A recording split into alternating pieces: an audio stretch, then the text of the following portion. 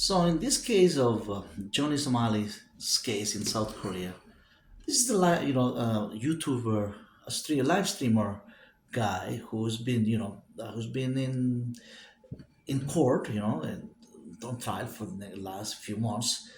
But the whole thing, as we dig deeper, is is it a systemic failure which is involved? I mean, besides the all these charges that we're going to talk about in a few minutes, but is it the system that is really not working or working uh, halfway halfway through the whatever they want to accomplish in the judicial system in South Korea? That's one of the things that I'm gonna, really, it's mind-boggling. It's amazing how things, that has occurred during the last, I mean, year at least, in different months, in different locations. Remember, guys, the first offense that the first thing he did, one of the first thing, as he arrived in South Korea, the disrespectful manner that he treated, the Korean flag and other flags too. I mean, but I think that was on a parking lot that he was, live streaming with his fellow helper. That another Korean guy that was with him, helping him, just like the cameraman of the Vitalis cameraman, who is also a local guy in the Philippines. But in this case, YouTuber Johnny Somali, which that's the name he goes to, in fact, I mean, in facing multiple charges, 8 charges in total. Um, Most of them serious charges. Some of them just misdemeanor. 3 or 4 charges really misdemeanor. And the system is apparently, working in a way that they more interested in collecting fees about, collecting fees, meaning that, well, for each misdemeanor, there's going to be a fine to pay. And if there is an agreement with prosecutors and the judicial system, so he might ended up, paying only fines and almost basically no jail time. And the other, offenses, the other violation is with other streamers, with other YouTubers. I mean, isn't that awkward? Like with other local YouTubers, and of course one, Korean and one Australian, citizen who is from Korean descendant that was, he there is a feud going on. There's a, like a litigation going with her too about contents, about deep fake, uh, promoting deep fake videos. I mean, making, what is deep fake anyway? I mean, is it something that we can really relate to? I mean, in recent years, deep fake uh, video has been, on the has been on trial, has been on public, you know, views basically, by saying by him. I mean, just manipulating videos, manipulating. That's a manipulation of tech videos basically. So by saying that, that's one of the more serious charges that goes with the other fellow Korean that has been going on with it. Now, who's paying for all these fees? His personal fees. Guess what, guys? We are paying for it. I mean, viewers, followers, his expenses. Who's paying expenses? His expenses in South Korea? Of course, the viewers, subscribers. I mean, people watching his live streaming, and because he's at this moment he's free on bail, so there is no, he can still live stream. He can still continue doing what he was doing when the charges were filed. I mean, were filed, right? Isn't that something that doesn't really make sense? I mean, if he was, detained and brought to justice to face charges, right? Why they let him go to continue doing what he's doing, right? Continue violation of the Korean law. I mean, if they say, well, some of the charges are really serious, others are not, why they let him go? I mean, that's. I'm not saying that they should be all sentenced right away, but um, if these violations were committed in different dates and timing, how come he wasn't detained in the first? attempted, violation of the Korean law when he was disrespecting the flags, the Korean flag, throwing to the floor, touching it, like doing different kinds just for views, right? Of course, with those live views, more than 50,000 people were were watching live. I mean, this. So it's on plain sight. This violation has been committed in plain sight. So the business of harassing, the business of violating all these local laws, is it a good business really? Apparently for him, yes. For others too, because this it depending how things go with his case, there is going to be more Johnny Somalis popping up all through South Korea, and not just South Korea. Who knows? Maybe Japan, depending on the Japanese law, right? But the idea of keep profiting while harassing people on the streets, I mean, it just is mind-boggling, because I mean, what kind of system is it? It's a systemic failure. I mean, basically on this trial, is the system that is on trial.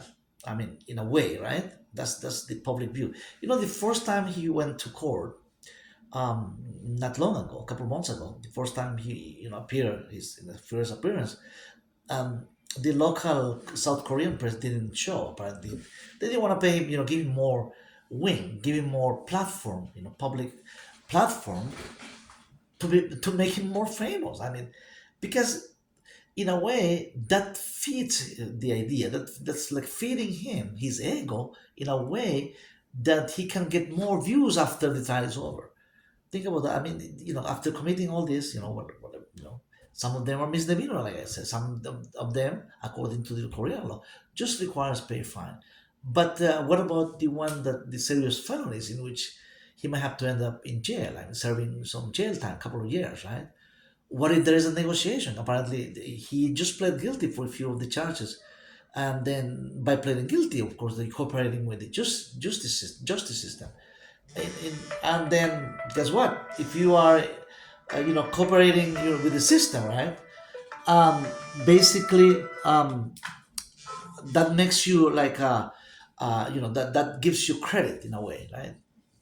Who knows? Those 2 years that he could be sentenced for a couple of years. I mean, to pay, to pay in South Korea. But what if they say, well, these 2 years he could do community service.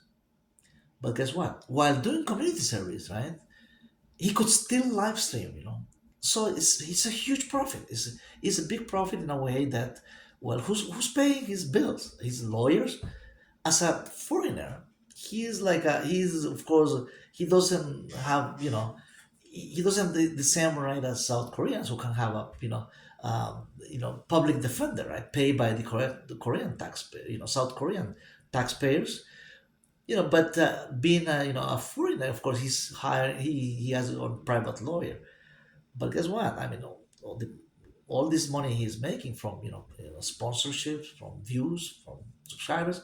I mean, it's though we all, the public, is paying the bills basically. His lawyer's bill, his even his settlements with other YouTubers who he is in a big huge fight, which make it the whole thing just bizarre. I mean, the whole soap opera, the whole drama. At least that's what they are trying to make us believe, that there's a huge drama, there's a huge case. But now, just 3 weeks ago, the last, his last court appearance, there was more like it was a bee, it was just like swarming like bees. The whole media, international, even in some international media, showed up to to take a view, to take some clues, to do some reporting about the case, just to have that's how things comes to the public square now, to the debate. Are they, to reform? I mean, the debate now, the Korean, South Korean parliament going forward is going to be that how can you reform the laws so people, or streamers, YouTubers, social media personality doesn't take advantage of it. If it's just pay fines, why not? Is with the whole money you're making? by live streaming, by with views, with sponsorship, with in social media. There's a huge money to be made, right? Well, if you just pay fines, with these mind misdemeanors, why not doing it? This company is kind of welcoming in a way that more people gonna pop up and do the same thing, right? But hopefully it doesn't go that way, of course. I mean, if I'm not saying he's guilty or anything. Of course, he's still innocent in the court until he goes in front of the judge, which he is now, and well, he's following the process. And oh, it's just so bizarre that look, the other one, the other part, the victim, the supposedly victim, which is an Australian citizen. Well, she didn't have to be there, present in court just 3 weeks ago. So now the judge is postponing the case for February. So it might lead to a more bureaucracy in a way, in delayed the delayed tactics that many lawyers can play that game, right? They play that card, delaying, so the other one, the witness that was supposed to come didn't come. Now they have to wait until, well, the next court date is going to be in February. And who knows if the other part, the other party, supposedly the victim, I mean, they were supposed to do a settlement, right?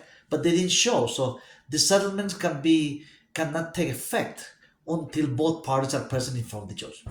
So until that happens, guys, which is next court day is February, but the whole thing is gonna still like the soap opera, I would say. I mean, the invented drama. I mean, this is a drama that was not supposed to be. That was not supposed to be like the way it's going, right? This is not like one life to live as the world turns. I mean, they're supposed to be, if there is a violation, there is a misdemeanor, or there is supposedly felony committed, just a routine court case, right? Speedy justice. What about what happened to the speedy justice that the victims deserve, and of course the public, right? The people, which this is the people's court in Korea. South Korea is a democratic, is a parliamentary society in which very much they have, they have they don't have like a traditional original Korean system, but they have mixed. There's a great Western influence in Korea. American, of course, are present in South Korea for over 50 years now. But other, Western countries, that there has great cultural influence. Cultural influence, the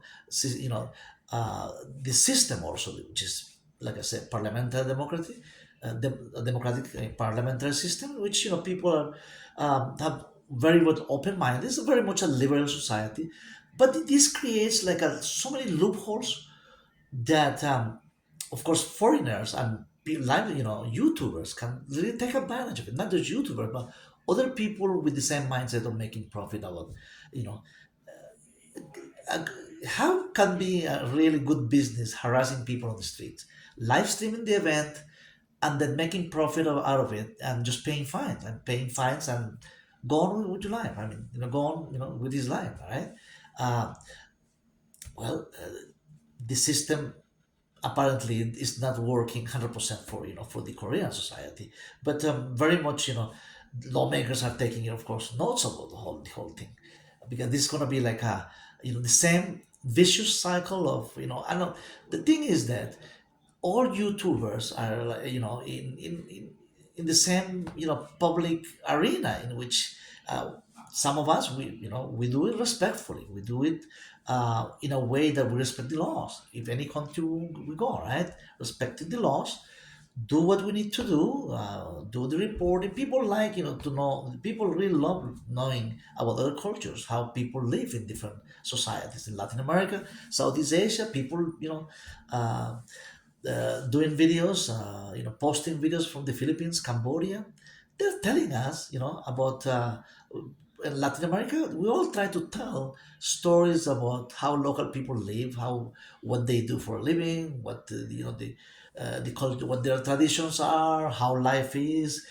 cost of living for retirees. I mean, all this, for of course we benefit in a way that if we get enough views, we can be monetized and get some, to support our channel. I mean, to support this, like this channel, right, and others, of course. But to harass people on the street, I mean, innocent people that just, so just to create more views, that's like very awkward, very much, against all moral values. I mean, I'm not saying here that we all have to be pure, we have to be always, but even the language that been used, it's just a crazy language. I mean, not for minors. I mean, the whole language thing about going on and how, you know it just bizarre, the whole case going for Johnny Somali in the Philippines. I'm sorry, in South Korea. Uh, just like the case of Vitali in the Philippines, but of course the Philippine society is more conservative, more traditional kind of judicial system. Remember that the Philippines has more than 100 ethnic groups, so there is a very big diversity of different people, representing in Congress when they enact the laws. I mean, there's more, it's more conservative society, and more about following traditional Christian values. And I'm not saying the Korean society is all the other side, extreme side, but it's a little more liberal, a little more Western minded. Remember, both Philippines and South Korea, they both have great influence from Western society, even in how they enacted their laws, their traditional, the laws that that rules the country, and of course with these new digital era, of course, they cannot keep it up. I mean, keep it up with all this, like this violation, like deep fake laws, in which it's a manipulation of artificial intelligence. Like I said, you can edit, you can make believe that something is there, but it's not.